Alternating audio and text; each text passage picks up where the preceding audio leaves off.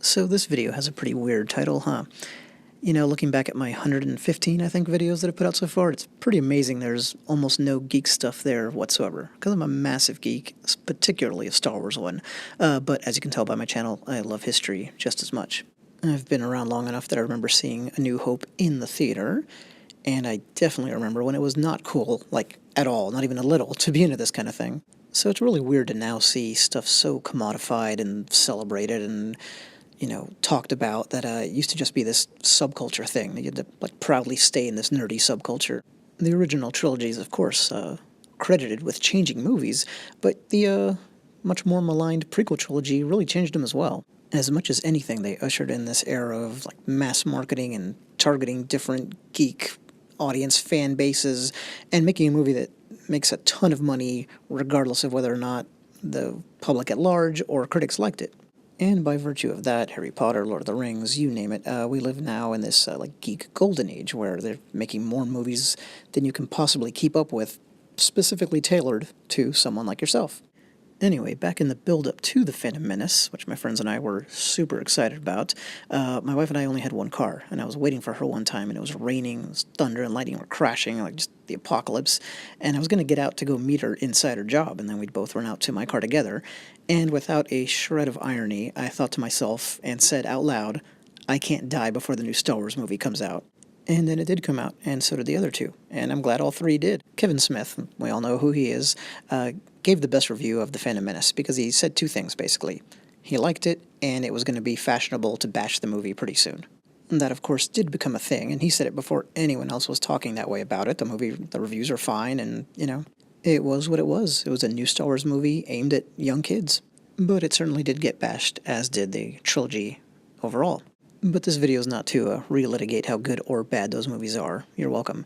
What it is here to say is something I haven't seen out there very much, if at all. I texted this to a friend, and it was the thought that leads to this video, which was, does Donald Trump's election vindicate the prequels?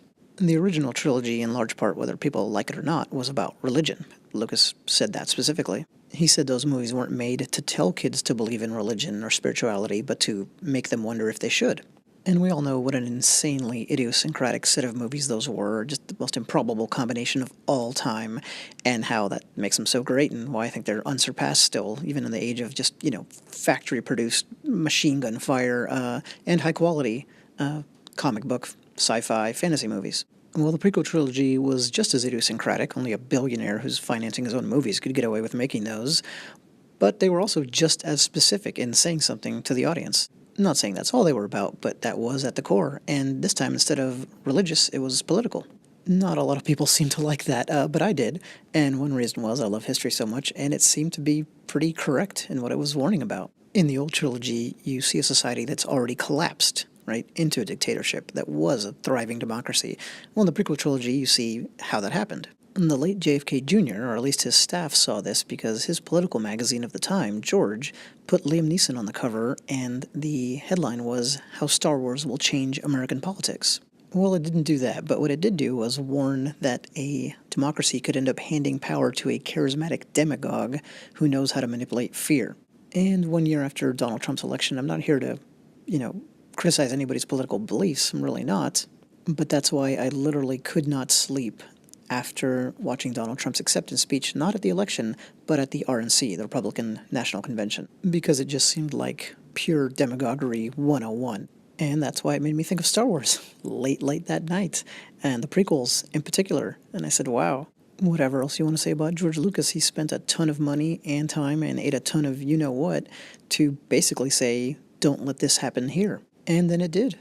And irony piled on top of irony, the kinds of movies that the prequel trilogy helped spur, the Avengers and just everything else, are now an escape for the kinds of times that those Star Wars movies warned us about.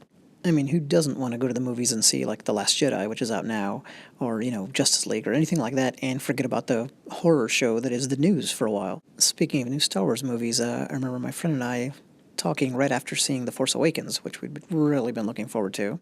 And I felt like such a jerk because he was dying to know what I thought of it, and I knew that he loved it, like seemingly everyone else was over the moon for it, and I couldn't stand it. And I'm not here to bash that movie or rehash the rehash argument that it spawned. So, again, you're welcome. I will say that unlike the original trilogy or the prequel trilogy, granted this is just one movie, it had nothing to say beyond whatever platitudes about, being brave and loyal and that kind of thing, which is what all these comic book and fantasy movies have. And then that made me think back to the election, the conventions, and the thoughts about the prequel trilogy that it made me think of. Hey, there's Jar Jar. Poor guy even got compared to the Antichrist, as you'll see in a second as more of the cover is revealed. And anyway, this is all why I sent my friend an email one time right after the election and said, is George Lucas a political genius? Because the warning wasn't just timely and right, it was dead on. It wasn't just about watch out for demagogue, it was about a society that's had it too good for too long and is getting too dysfunctional in its politics will be the fertile ground for someone like that coming up. Palpatine promised to root out corruption, and Trump promised to drain the swamp. And the list really goes on, and I don't even have to mention Natalie Portman's moment from Revenge of the Sith, which others have pointed out. So I've loved Star Wars my entire life, and I saw it go from being incredibly celebrated and Lucas being called a genius. Back in the day, trust me, that's all anybody ever said about him, was that he was a genius. I saw it go from that to being this much maligned thing and people bashing him, to this new era we're in now where Disney owns Star Wars, so it's officially part of this factory, which, hey, I love seeing the new movies even when I don't like them. But through it all, the arc of history continued, and of all the sci-fi fantasy comic book movies, I think these, that this guy here, Jango Fett, starred in, were the only ones to say anything that prescient, that specific. Harrison Ford was asked about George Lucas once in an interview, and he just kind of stopped for a second and then said, he's the author of my career.